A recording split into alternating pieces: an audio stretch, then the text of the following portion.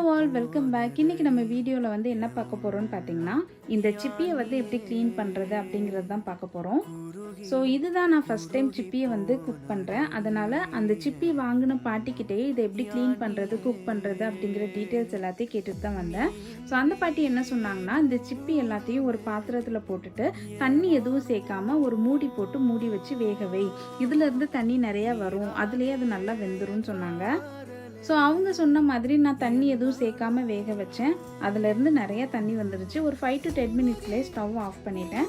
அதுக்கப்புறம் இந்த ஷெல்ஸ் எல்லாமே இந்த மாதிரி பிரிஞ்சிருக்கும். அதுக்கப்புறம் அதில் இருக்கிற அந்த ஃப்ளெஷ்ஷை எடுக்கிறதுக்கு வந்து ரொம்ப ஈஸியாக இருக்கும். சில ஷெல்ஸுக்கு நடுவில் பார்த்திங்கன்னா சின்னதாக இந்த மாதிரி பாசி இருக்கும், அதை மட்டும் ரிமூவ் பண்ணிக்கோங்க. மற்றபடி இதை வந்து க்ளீன் பண்ணுறது ரொம்ப ஈஸி தான்.